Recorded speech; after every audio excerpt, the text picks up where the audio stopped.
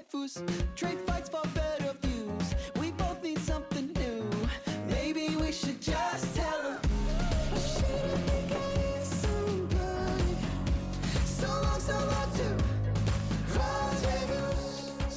Hello, hive-minded readers, and welcome to the Books and the Bees podcast. Just like bees play a crucial role in pollinating flowers and sustaining life, books pollinate minds and nurture the soul. We see the connection between the two, the delicate dance of ideas and stories that enrich our lives.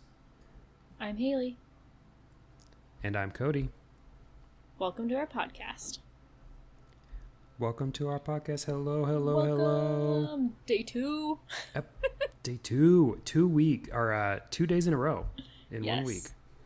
Ugh, We're out here. We're out here. We're like hardcore podcasting now. We are. This is hardcore for sure.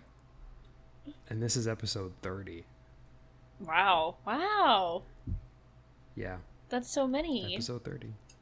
We're like 2/3, like on the way to 2/3. Yeah. Dang. Of the year, I guess. Yeah. We're killing it. Yeah, we are killing it. Let's go. I love it when we hit a round number. It just feels so nice. Mm-hmm. It does. It does feel nice. Yeah. I didn't even realize what episode we were on. I know. It's hard. Like I used to be so judgmental to podcasters when they're like, I don't even know what episode we're at. Right. And I'm like, how do you not know? But then they totally just seamlessly sync up, and like you have no idea what episode you're on until you like put it into the software or whatever. Yes, absolutely. Yeah. So I'm so sorry to all the podcasts that I've listened to and been judgmental to like how you're doing your life, because I feel it. I get it. First of all, how dare you? Second of all, I understand. Yeah. Yeah. Oh yeah. But yeah, it's fun. We're recording back to back because I'm still in New York, and then my wife is coming up here on Friday. We're going to be up here for a few days, and then we're going to go up to Boston for a whole week. And so, I was worried about my hotel. The last time we recorded in a hotel, it didn't work out super great, as far as like the Wi-Fi situation. So thought we'd avoid it this time around. And yeah. That's so exciting. It's fun. It's like the first trip we've really taken as like adults. So it feels weird spending the money we're spending. It does. Yeah. That was me and my husband when we went to Vegas together for the first time. Like just like not necessarily because we went with some friends, but like us as adults oh my gosh, it was like, wow, we're doing it. Or when we visited back home and we it's weird being an adult and like buying flights as an adult with like adult money. It's so strange. I don't know what it is. Yeah, but it is. It feels monumental. Like, yeah. And you're like, okay, cool. We just dropped $1,000 to fly. Yes. I love that for us. Listen, tell me why. So I had an itch to go to Scotland. I always have an itch to go to Scotland, or literally anything in the UK. It just looks beautiful over there. But I was looking up flights just on a whim, because sometimes, you gotta scratch the itch. And tell me why a direct flight, nonstop, from Washington State, not going to disclose the airport, to, I believe, somewhere in Scotland. I don't remember what, probably like Dublin, one of the like big cities. I'm not going to make a fool of myself and name any cities, because I don't know. Because I think I just said Dublin, and that's definitely Ireland, and I'm an idiot. It is Ireland. Yep. Yes. Do want to make sure that's clarified. Yep. Yes. Forgive me. Okay. So like Glasgow, I think maybe that sounds right. Yeah. Or maybe I was looking at Ireland. Regardless, let's get to the point. It was like $800 or some damn thing for like, I mean, obviously like an economy, so I'm not like big spending out here, but it was like $800 for one ticket, and it was the same price as it was for when me and my husband had to buy tickets to go from Illinois to Washington. I was going to say, I was like, that's actually cheap. So cheap. But that's what we're paying to fly from Boston back to where we live. Well, okay. I guess it's 800 total for both of us, so that's not terrible. But yeah, it's so weird how they do it. It's so weird. I was like, this feels like it's not a lot of money to like go across the world, literally. Yeah, but... and I think it's because, so this is a little scientifically probably in depth, but if you're going from the western part of the States to like the eastern part, the jet stream pushes the airplane. And so I think they use less gas and they charge less on the flights from west to east. That makes sense. Every time I've gone to the East Coast, the flights have been way cheaper. But then on the east to west, you're flying against the grain, basically. That makes sense. And it costs more fuel, I think. I don't know if that's true. That's my speculation. I'm just making this up. I'm not an airline person at all, but yeah. You're not a pilot. Or I'm are not you? A pilot. No. not an aerospace engineer, not any of that shit. So they in the biz they call those tailwinds and headwinds. My grandpa's a pilot. There you go. So. Yeah. But like a Who's hobby a pilot in your family? My grandpa. Oh yeah. Shout out to my grandpa. That's so cool. Yeah. That's awesome. He's a pilot, but like a small plane pilot, not a. And I do have friends that do work for commercial airlines, but. Oh yeah, I don't know any pilots, so yeah, that's cool. It's an interesting gig, for sure. Yeah, and stewardess. I can imagine. Stewardess. Yeah. What the hell is that? What Flight they're called? attendants, I guess. Flight attendants. Yeah. Yes. Flight attendants. I was like, what the fuck is that word? The steward. Yeah. Steward. Sounds like a made-up word. You know what? Yeah, it does sound like a made-up word. Every time I fly, I do see. I do see the flight attendants when they're like on their off time. Most of them read like physical books. Yeah.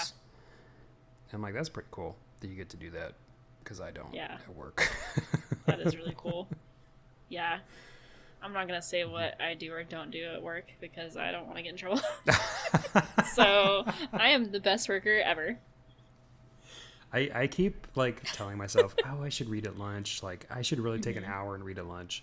And then I'm teaching high schoolers right now, and I was literally telling them today, like, when I go on lunch break, I go to the break room, and I stand over the sink, and I eat my food in 5 minutes like a fucking rat. And then I go back and finish my work because that's just what it's like. And I was like, even as I'm telling the story, I'm like, this is a terrible thing to tell kids. You should tell them to, like, take an hour break. But I end up never having time or never, like, just always having a meeting or something. And so... I just never get to do it, and I always like have these big plans, and it just never happens. So, I mean, to some extent, it's like so true and like so real because I literally by the time that I'm done, some days I work from home, but like some days I only get a 30-minute lunch. My lunch will take me like 15 minutes to prepare whatever the hell, and then I have like 15 minutes to just like stuff my face, and then like. Right. Have maybe 5 minutes to just like sit there and stare into space. So it's real. I mean, it's a good dose for them for what the real world's really like. I do read on my breaks, specifically just my lunch break. I don't have time to read on my like short intermittent 15-minute breaks or whatever. So yeah, because you can't like if you're gonna read for 15 minutes, you might as well not read. For me, it's so hard to get sucked into the story and then back out in 15 minutes. There's no way. Literally it's the worst. So most days I'll like have like a very simple lunch and just like shove my face like as I'm reading on my phone or whatever. Usually it's my phone. I don't read like a regular book if I'm shoving my face full of food. So yeah, I don't do very good. I don't do very good reading like when I'm actually eating a full meal. I tried to do it the other day. This was so stupid of me. I went to this restaurant that's like 2 blocks down from where I'm at, and it was a rooftop bar, and I was like, I'm gonna get a margarita because they had they had like a happy time deal or whatever. And then I was like, I'm gonna get some wings, and I'm gonna bring my book, and I'm gonna read it. And I was like, what's the worst possible meal to read while you're eating? Is fucking chicken wings that are not boneless, so you can't use a fork. You have to use your fingers and covered in sauce. They were delicious. And I did read, but it wasn't very effective. I'll say that. Yeah, that sounds like a hot mess, literally. but they were good. They were fucking good wings, I'll tell you that. So yeah. I'm a boneless wing girly, so yeah. Me too, honestly. I prefer boneless wings, which are really, they're just chicken nuggets, but Literally I'm okay with nuggets. that. Like, yeah, because I hate getting sauce on my fingers. Like, it really kind of grosses me out. It's like a texture, thing, like a sensory thing. Yes. But sometimes I'll do it. And this was one of the times when I was like, okay, I'm going to commit to it. And it worked out okay. They gave me a shit ton of napkins, so it was pretty good. But well, that's nice at least. Yeah. At least they didn't give you like one or two and they were like, sorry, suffer. Yeah, no, because I think they gave me a stack like this, like, 6 or 7 thick, and I probably used almost all of them. I think there was maybe 2 left when I was done. So fun fact about me, I am one of those people, probably not a lot of people, but I eat my, like, when I did eat red meat, I would eat ribs with a knife and fork. Yep, same. I hate messy hands. It weirds me out. Can't do it. Yeah, same here. Yeah, and I don't eat red meat anymore, so it's been a while since I've had ribs. Yeah, red meat's just, nothing against red meat, but for me, no. Yeah, it makes me sick. Like, it gives me gut issues, which I won't describe on the podcast because that's not what we're about. But we're just taking a tangent. We're taking a little car down tangent lane right now. Yeah, we sure are. Food. Yeah. But yeah. Yeah. Should we jump into what we're reading? Yeah, let's do that. Okay, let's do it. Hailey, what are you reading? I'm still reading the same thing as last episode. In 24 hours you haven't read a whole new book yet? What the hell? Yeah, I know. I'm really slacking right now. But same thing. The Cupcakes, Trinkets, and Other Deadly Magic. I have gotten further into the book, I will say that. But so far, some more like mystical creatures. We've got werewolves. We've got more than just vampires. So like, that's cool.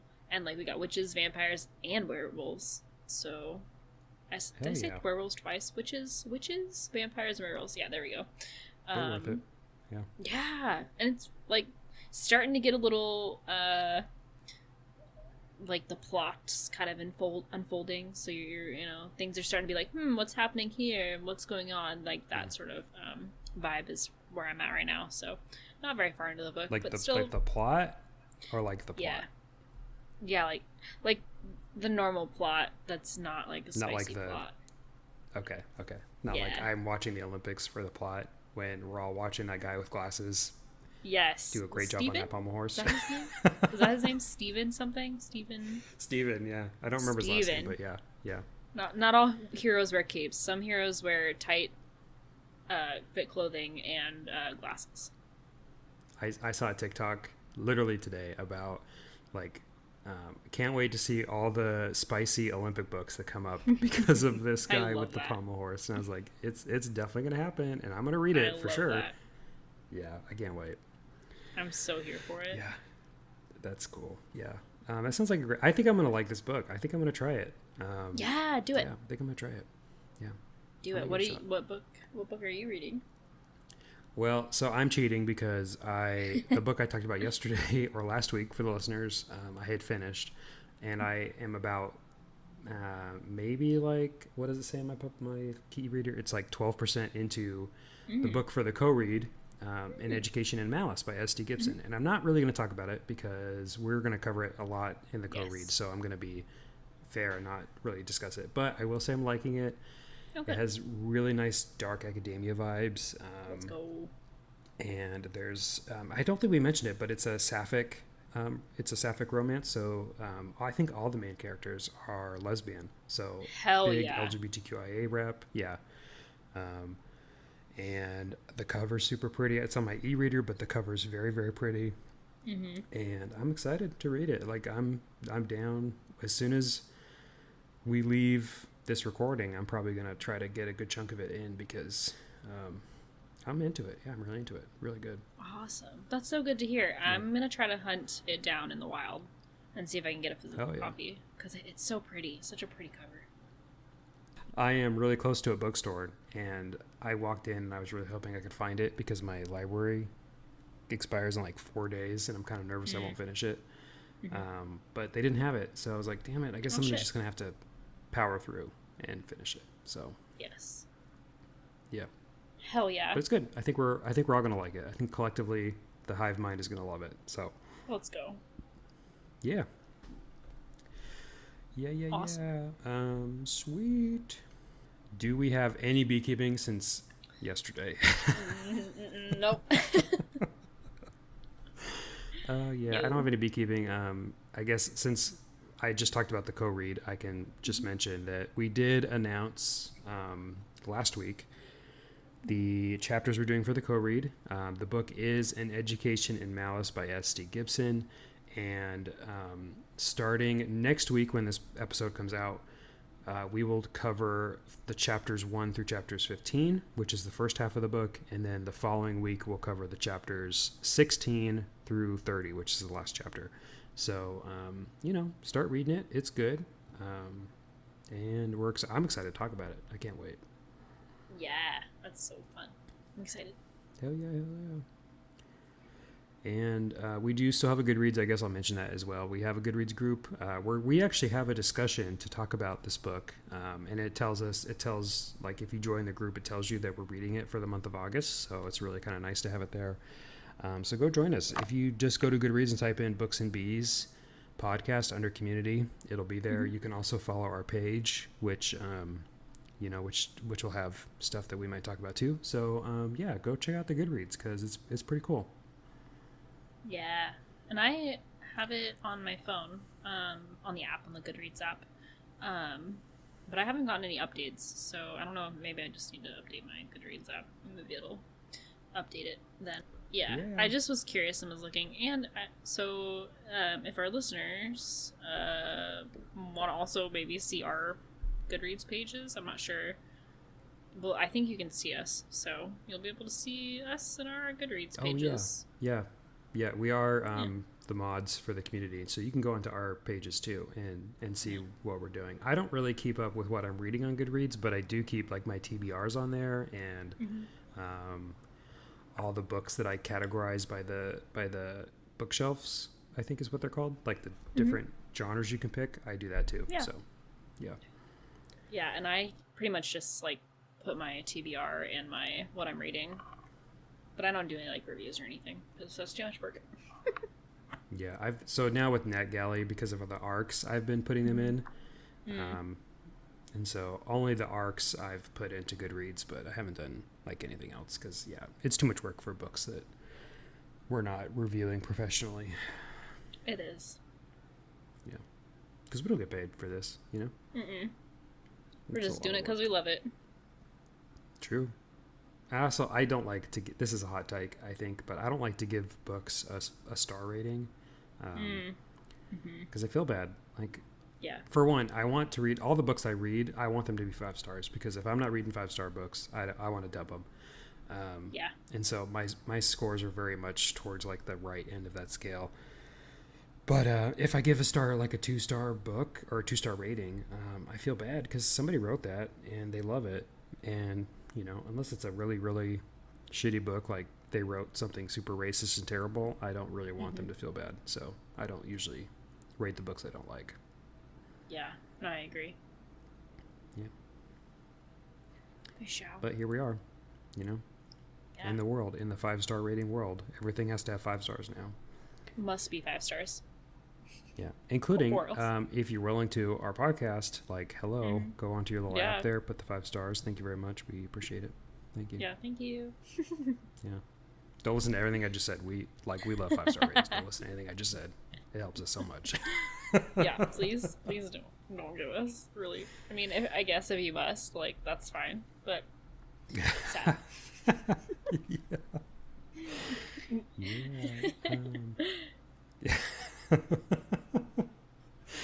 Oh, that's funny. So no much.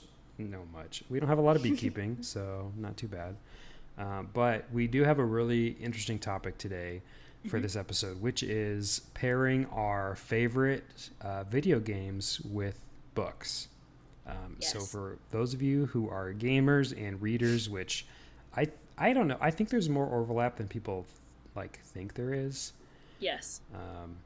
Because I don't play a lot of video games, but I do play some, and a lot of them are very story driven. One that you're going to talk about is one of my favorite story driven video games. I'm very excited to talk about it. But yeah, like there's a lot of good story in video games.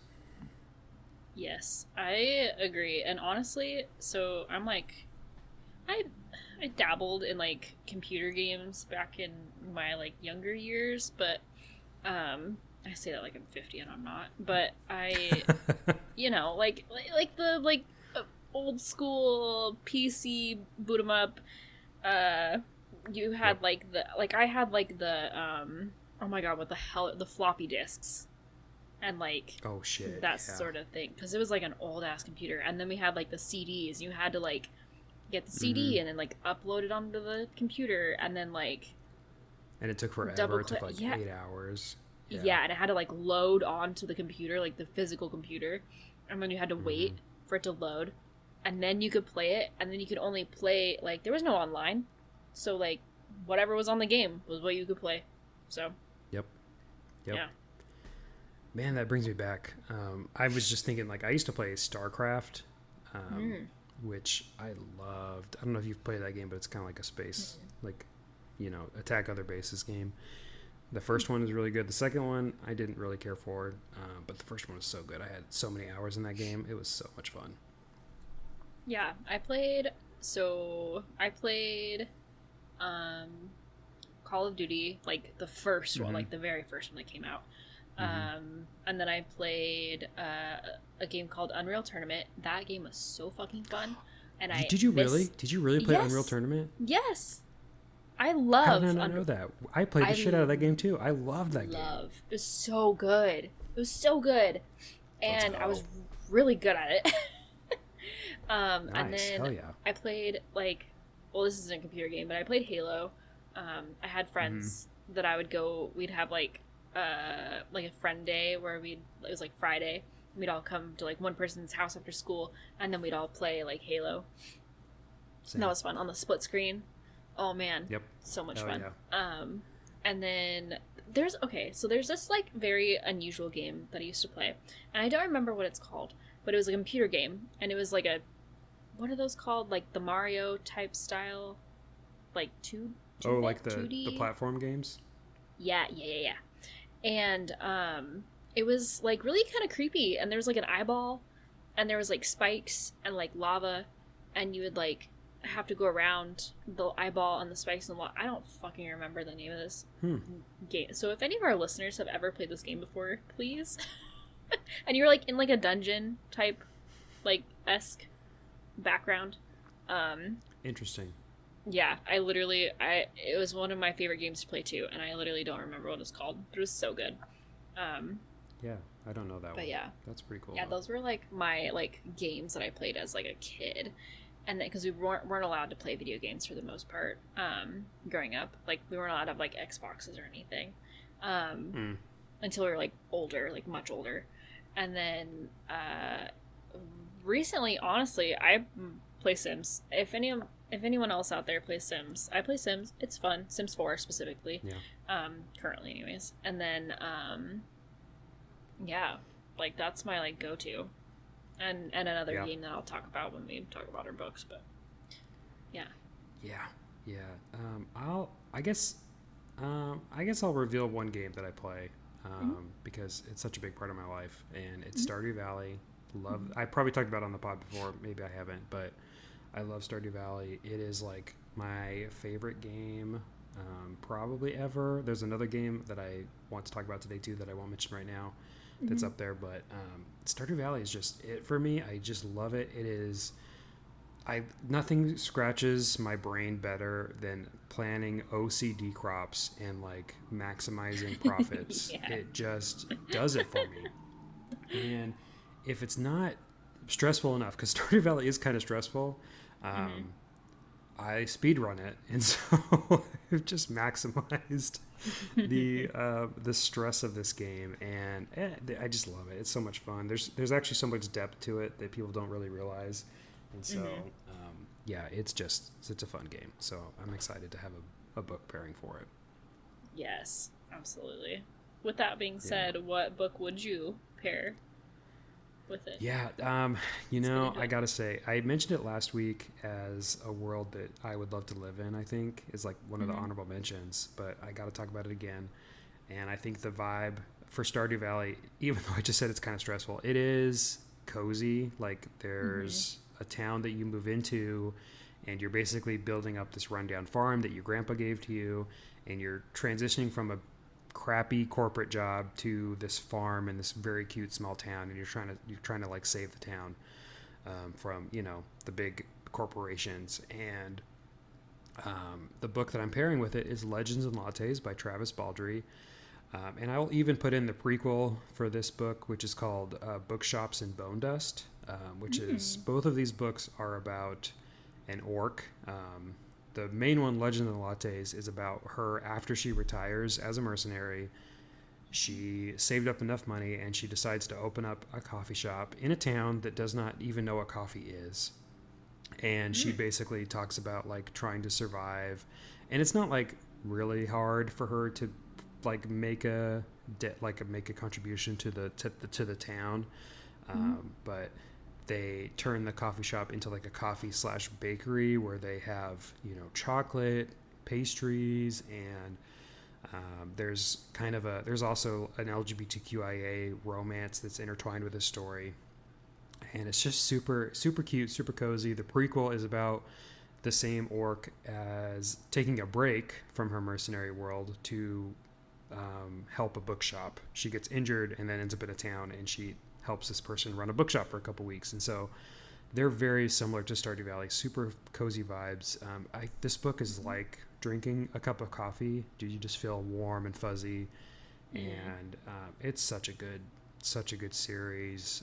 I think there might be a third one coming out next year, and I can't wait for it. It's just cozy vibes all day. I love a good cozy book. Hell yeah. I love a good cozy book too. I've never played Stardew Valley, but it always looks good, but it feels like it's too much for me. Like it's yeah. Because I played that was another one that I played is Dreamlight Valley, Disney Dreamlight Valley. And I played it right before. I don't know if it's pay to play now. I mean, it was a little pay to play before, but like now I think you have to actually buy the game. I think I was under like a free something or other.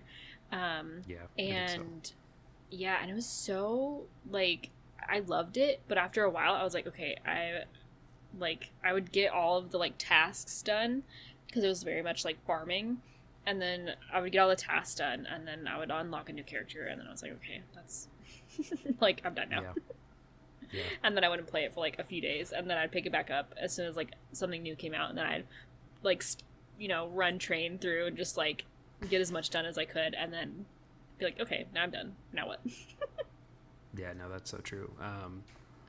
Yeah, I've played a lot of other sim games, kind of like Stardew, like farming sim, but they all just make me want to play Stardew Valley. So I'll play them for like 5 hours, and then I'm like, this is like I could be in Stardew Valley in the world that I know how it works to like a very intense detail. So like, why am I doing it in this game when I could do it in the game that I really like? And so I tend to just migrate back to Stardew Valley. But yeah, I love those cozy games. Sims isn't one I've played in a while. I played Sims 2, like, I don't know, talk about computer games like, what, 20 years ago, maybe 15 years ago? Yeah, they're old games. Yeah. And so I played Sims 2, and that was pretty fun because I would always like to, maybe kill my characters after a little while. A little sadistic. I mean, listen, it's fun. It's they make such creative ways for them to to die. So sometimes you just gotta explore that. Yeah. I was gonna say I like pimp my Sims out. Some of my poor Sims. Okay, so in my most recent play, and I have like over 200 characters, Sims that I've like created and put into the world. And my current one, just on this save file, not on my other save files, but on this save file. And just recently, I made one of my Sims a single dad because I made his wife leave him and then like get remarried, and she left all of her kids with him, and now he's just like he has like 4 kids, and he's just like single dad in it right now, and I'm kind of feel bad for him because I'm like, oh, so funny. But yeah, and most of my Sims like end up with like 10 kids, so you know. I did so in my main save of Stardew Valley that I'm working. I've been playing that game for like, you know, that save for like maybe 4 years.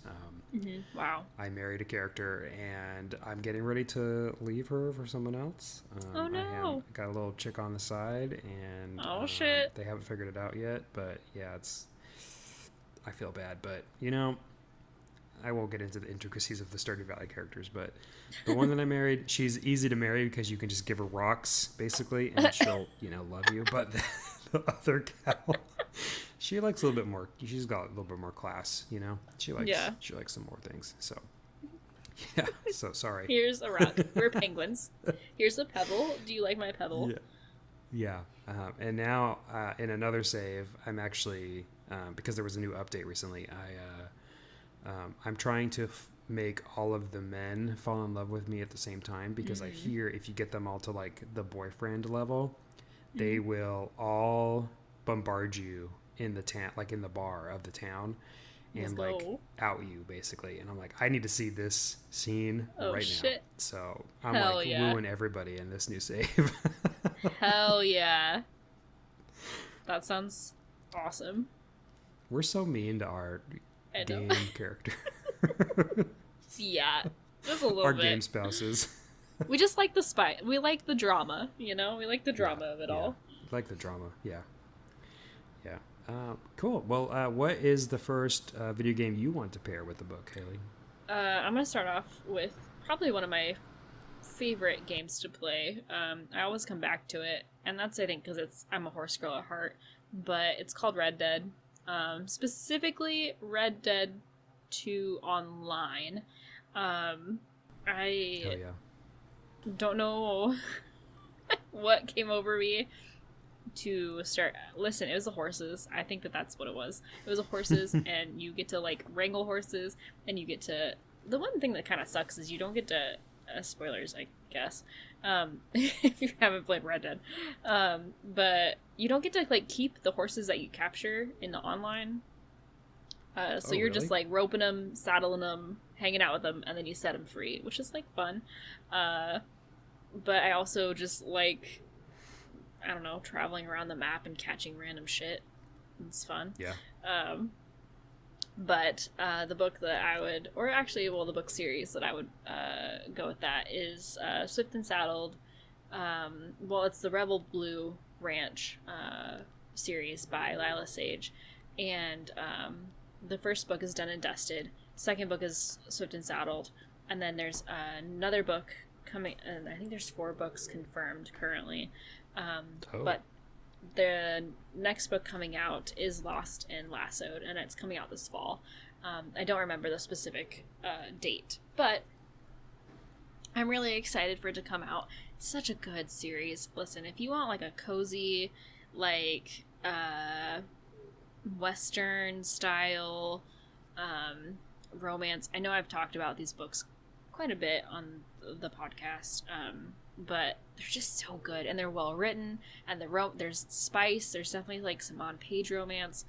They're Done and Dusted is she's a female main character, where it's like a kind of an enemies to lovers type of situation, but like also like brother's best friend type of situation. It's really good. And then Swift and Saddled was also very good. I think that one's actually my favorite out of the 2 that I've read so far.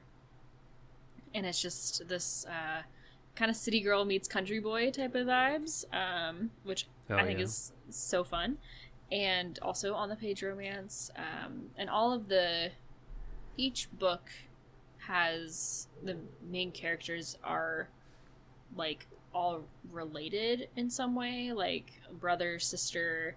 I think the next one is gonna be the next brother and the sister's best friend type of deal.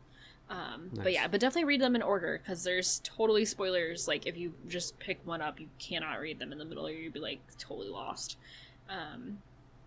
Because they like talk about the previous relationships from the previous books in the next one. So yeah.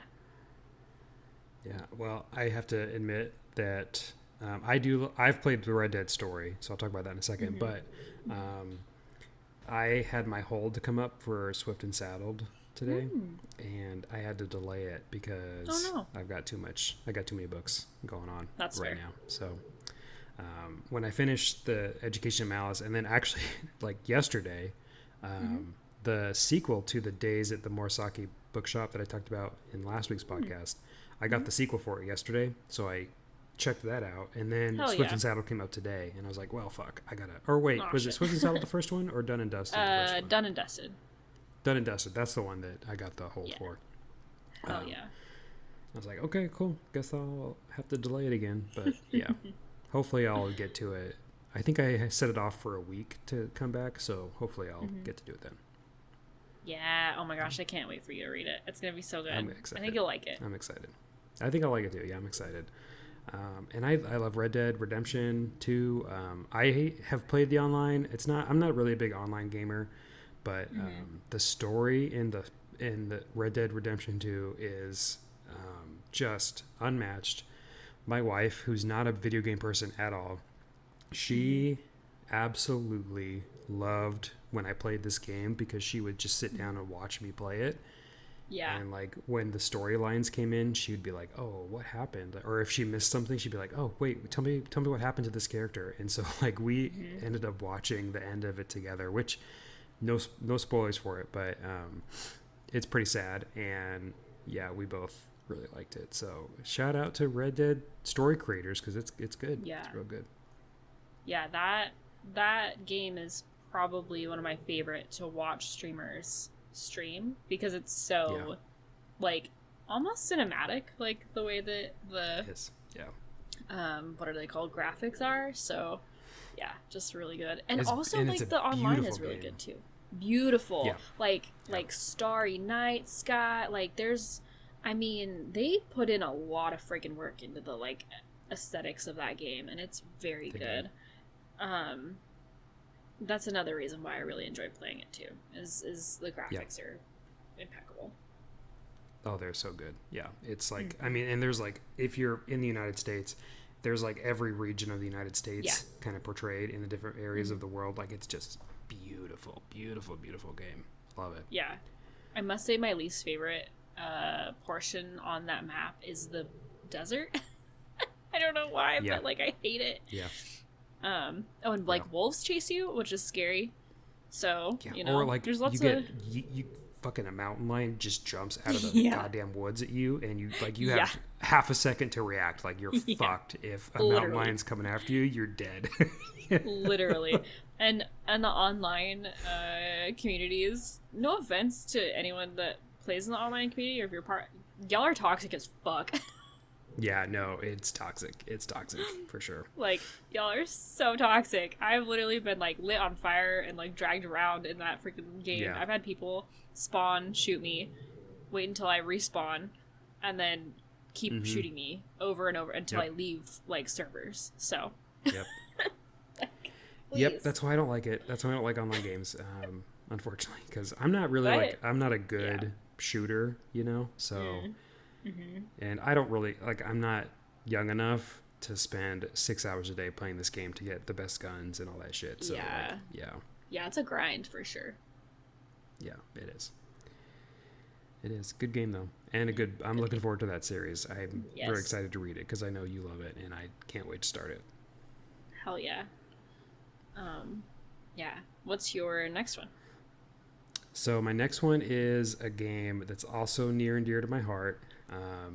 That I played this game for probably 4 to 5 years straight, just making new characters.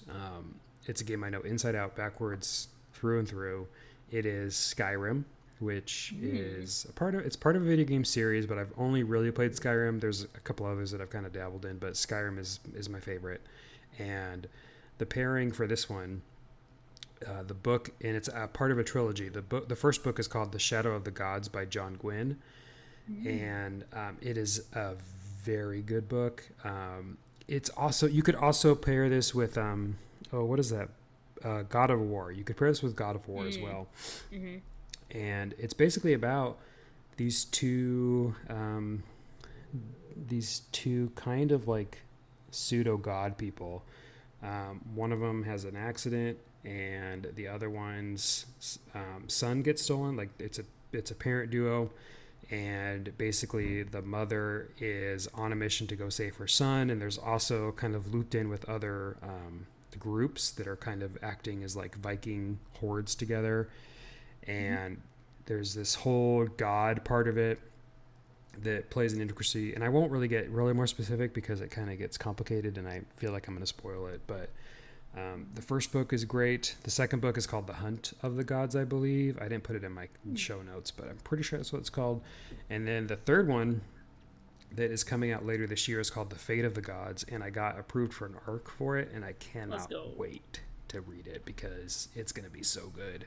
And I believe this will be the last book. I don't think there's any more after this. So, and it's, you know, if you've seen Skyrim, it's very much Viking-esque. The main like species in Skyrim are humans that are called Nords, and they're very Viking-like. The whole world is Viking-like as far as the aesthetic of it is. And Shadow of the Gods is very much, you know, Viking-derived, Nordic-derived, and I think this matches really well. So for people who like Skyrim, you're definitely going to like Shadow of the Gods. Hell yeah. Yeah. And I think I've talked about it on the podcast before, but it's really good. Yeah. Yeah. I might put those on my TBR because it sounds really good. It's interesting. It's like, it is kind of complicated. Like, it's a pretty complicated storyline, but it's good. It's really good. Yeah. Yeah. Still good. Yeah. What is your second video game pairing, Hailey? Yeah, so my next one, and like full disclosure, again, I'm not like a serious gamer or anything, so like I don't have like thousands of hours like logged into games. So I did have a lot of help from my husband, like thankfully. Shout out to my husband for helping me with most of these. But the next one that I want to talk about is apparently it's a game called Darksiders. And I would pair it with Pestilence, the book that I've just recently talked about. Apparently Darksiders is very like for Horsemen of the Apocalypse. It's like each game kind of delves into each apocalypse horse person. Oh, cool. I guess. But he said that they're really good games, really fun to play. And yeah, I would pair it with Pestilence by, I believe it's Laura Thalassa. I'm so sorry if I'm pronouncing that author's name wrong. But yeah, and I'm like so excited. I will be buying like the next books once I have the opportunity to like go into town and get go like a Target or some goddamn thing. I don't even care. I need these books because they were so good and so unexpected. Like when I think of like romance, like traditional like fantasy type romance stuff, I would never like think like apocalypse type scenario. Also, you know, like I wouldn't, and it's almost got like a little bit of like I wouldn't say sci-fi, but definitely like apocalypse fantasy-esque type vibe going on with these books, and I am like seriously so excited to read the next ones. I ended up following the author on Instagram, and I realized that the author has like a shit ton of more books, so like I'm also going to be looking into those as well. So yeah, and I believe that the author has a new book coming out, or just released a book in it's called the Bewitched series, and it's the first one's Bewitched, and then the second one is Bespelled, and apparently that came out May 28th of this year. So I'm gonna also pick those up because I'm very excited to read those. But yeah, if you want like a well-written apocalypse type-esque setting, end of the world type thing that also makes you think, also makes you like ponder the like woes of our society and humanity, while also having like some romance and like on the page romance, I would definitely recommend this book for sure, the series even. Yeah. I know when you talked about it last time, it was just super intriguing to me too. So I think I'm going to try to read this book as well, because it sounds really good. Hell yeah. Yeah. And I haven't played Darksiders, but it sounds really fun to play. I might jump into those games too. Yeah, like just looking at the covers of the games, which I know isn't much probably for gamers, but the covers look sick. So, yeah. Yeah. No, that's cool. That sounds really cool. Yeah. I love. Yeah, the Four Horsemen are really cool. Really cool. Mm-hmm. You know, beings, I guess. Yeah, the like lore with that like mythology. I just love the lore behind. Yeah. I think it's such an interesting concept. I guess I don't know what the appropriate term is for it. Yeah. Yeah, I agree. I totally agree. Sweet. Yeah. Very cool. Very cool. Yeah. What's your next one? My next one is my last one, and it is a game. The game's called The Last of Us, which is so really popular now because of the TV show that came out last year, I think. And I've never actually finished the video game, but I've played quite a bit of it, and it's such a fun world. It's basically about surviving this this fungus that starts infecting humans and turning them into kind of these weird, creepy zombie-like things. And you play as this guy who lost his daughter, which is not a spoiler because it happens in the very first like scene, so no spoilers there. But he loses his daughter during the initial outbreak, and then 10 or so years later, he ends up paired up with another girl, and he basically has to help her survive. And they're traveling across what I think is isn't it New York that they're traveling across when they start? I think so. Or like maybe it's Chicago. Like it's a big city, and it's very much apocalyptic. Like the whole basically civilization has kind of just gone to shit. The game's good. The TV show is very good. I would highly recommend the TV show. And the book that I've paired it with is called The Troop by Nick Cutter, which is another outbreak book about this Boy Scout troop that goes to this little island, and it might also be like a little island off of New York somewhere on the East Coast, I think. And they interact with a parasite that basically starts killing members of the troop, and they're trying to survive, and it's highly infectious, and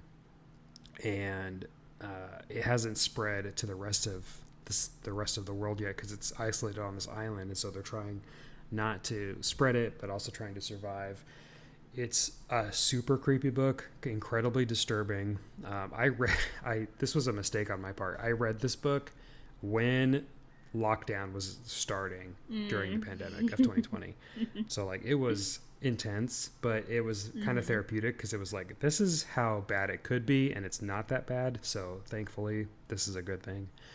But it's a pretty fucked up book, and I think it pairs well with The Last of Us because it really has that like apocalyptic, parasitic like infection feel to it. And yeah, it's just super spooky, really good. And I also kind of like it too because I was a Boy Scout, and so I could really relate to like the camping Boy Scout vibe in the beginning of the book. So yeah, it was a really good book, and the video game's great. So yeah, definitely worth it.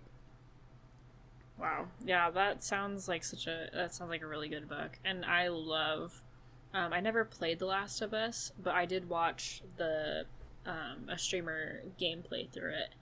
And oh my god, such a good, like, tragic, like, has you laughing, has you like, and the gameplay of it is really cool, the way that they have it set up, where like you choose. I think, if I remember correctly. Oh, I could be wrong.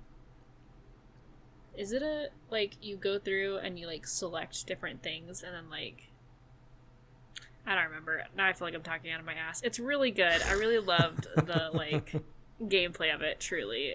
The, like, graphics are really cool, too. Yeah. Yeah. I just remember, like, tearing up. Yeah. Through, like, yeah. No, for sure. It's a tier game. And it's also, like, it's not as cinematic as Red Dead, because Red Dead has a lot of cutscenes in it that make it very much like movie-like, but The Last of Us does have cutscenes, and I feel like it is, like, the story is very rich in The Last of Us. Yeah, I was gonna say, it's very, like, heart-wrenching, like, you almost, like, fall in love with the characters, and you, like, don't want anything to happen to them. So true. Yeah, it's so true. Yeah. Yeah, it's really good. It's really good. Yeah. So, check it out. Check them both out. They're good. Mm-hmm. Yeah. What is your next pairing, Hailey?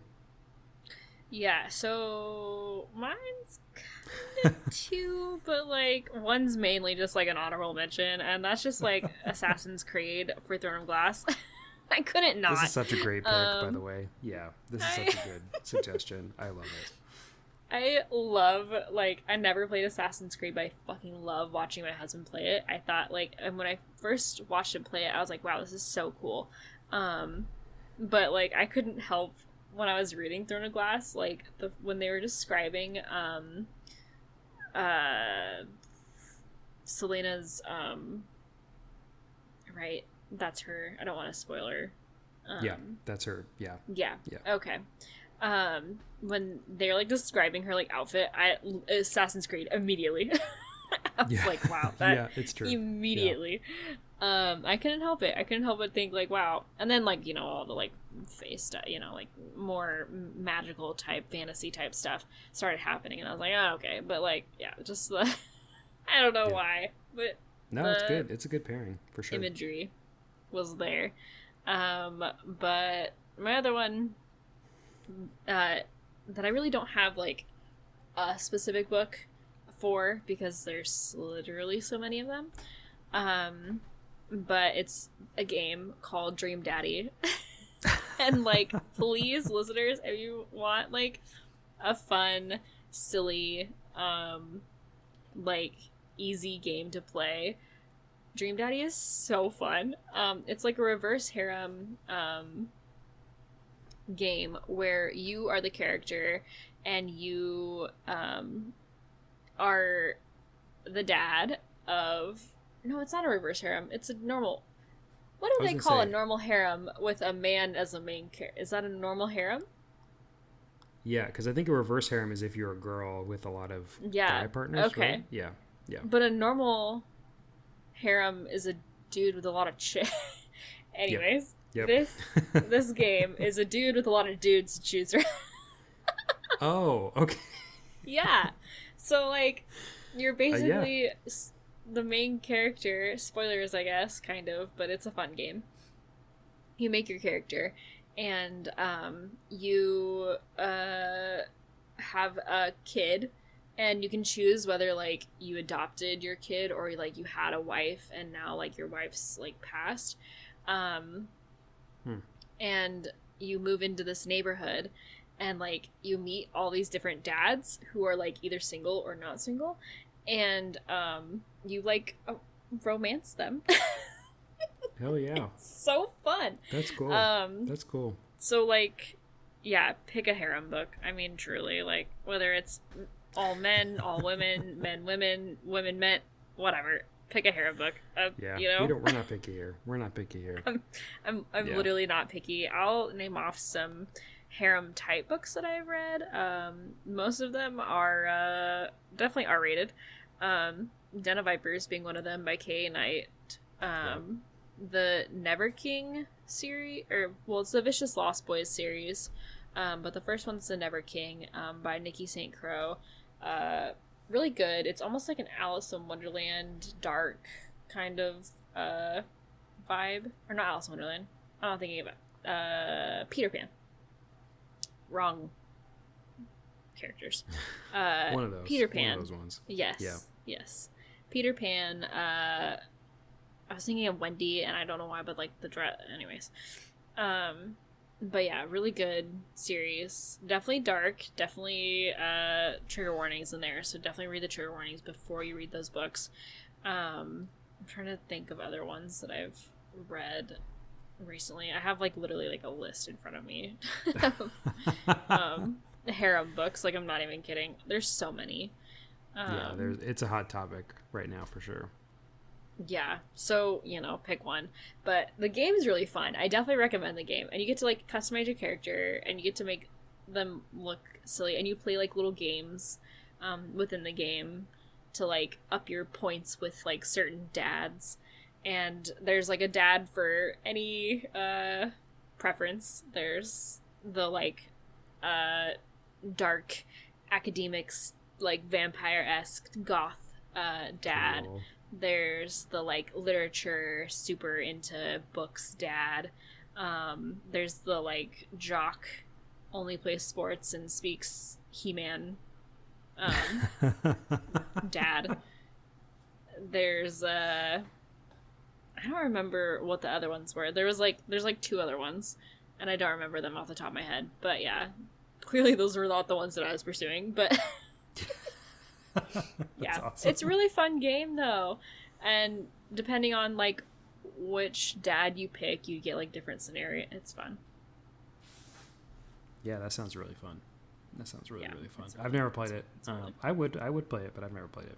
Yeah, I don't remember how much it was, and I think it was like for the Switch, but I played it on the like main screen, so I didn't have to play like on the actual Switch.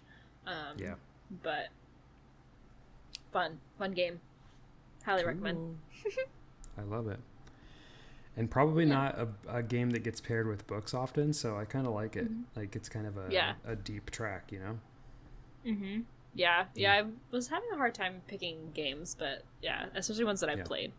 So, that one I played. Clearly. Oh, yeah, I love it. This is really fun. I've been seeing this trend a lot on Bookstagram, and I was like, we should try this. And mainly because I didn't even end up doing it, but I'm playing a game called Horizon Zero Dawn, which is very good. I love it. And I was like, man, there's a lot of games that would fit, or a lot of books that would fit with this game. And then I haven't finished it yet, so I'm kind of like waiting to see what the theme is. But it's kind of fun because, mixed media for sure. Definitely a lot of people read and play games. So. Oh, for sure. Yeah. Yeah, I feel like that line is like heavily blurred. Yeah, for sure. Definitely. And there's also, I was going to mention earlier and I forgot, but I don't know if you ever played any of them, but there's these visual novels. That's what they call them, I think. And they're video games, but they're very text heavy. And so it's kind of like you're reading and playing a game at the same time. And there's one that maybe I don't know if we've talked about it before, but it's called the Doki Doki Literature Club. And I have heard of it. Yeah. It on the surface, it looks like one of those games where you play as a male character and you are the potential love interest for like these 3 literary girls in this club, and they like make tea and write poetry, and you can pick kind of the angsty one or the very bubbly one or the straightforward one, and then there's kind of like a leader that is kind of off to the side, but they're all very very attractive schoolgirls, and you're kind of like picking one as you go through, and then it takes a very horrific turn that is kind of a shocker, and I played it. It's actually really good. Like it looks like one of those romance games that you just kind of play for that aspect of it, but it turns into something very different. And I won't say any more than that, but it's interesting. Wow. It's interesting. Yeah.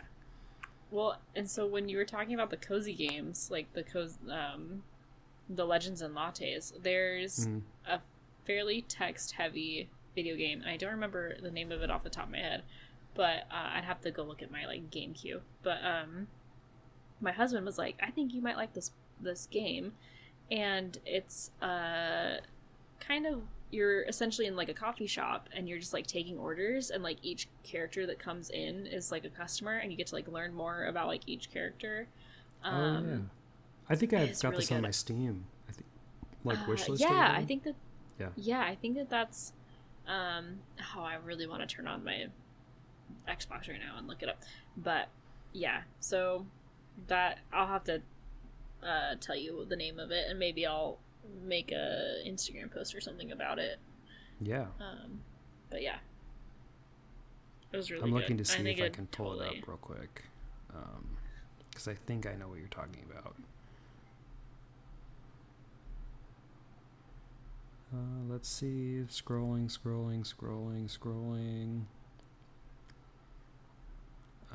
Is it called Coffee Talk? Yes. Okay. I think. Yes. It looks really good.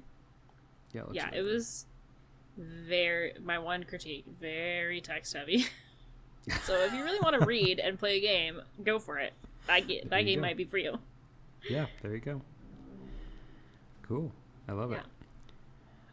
Well, if our listeners happen to have a video game that they would pair with a book, or a book maybe they would pair with a video game, they should let us know. We'd love to hear your feedback. Or, if you have pairings for video games that we mentioned, and I'm sure there's like 100 books that would fit all these video games that we just talked about, feel free to let us know. You can shout us out on Instagram. Our handle is @booksandthebeespod. You can also email us, booksandbeespod@gmail.com. Those are both in the show notes. Please go on there and interact with us. Let us know what you think. And I'd love to see what pairings our listeners come up with, because I'm sure there's a lot of different things out there that would be so cool. Be so cool.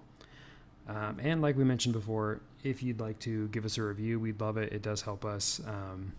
You can give us a 5-star review, and it doesn't cost you anything, and it gives us more listeners.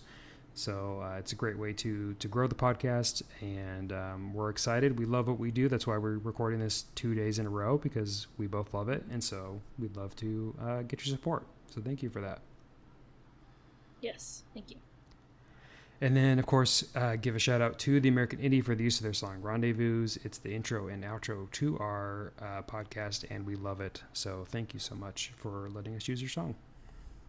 Yeah. Anything else you want to say, Hailey, before we wrap up? No.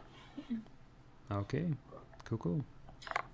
All right. Well, we hope you enjoyed this literary journey as much as we did. If you're buzzing with excitement, don't forget to subscribe, email us, and leave a high 5-worthy review on your podcast listening app. Until next time, happy reading, and may your shelves be filled with tales as enchanting as a blooming garden. Keep the buzz alive, and we'll catch you in the next chapter. Bye for now. Bye.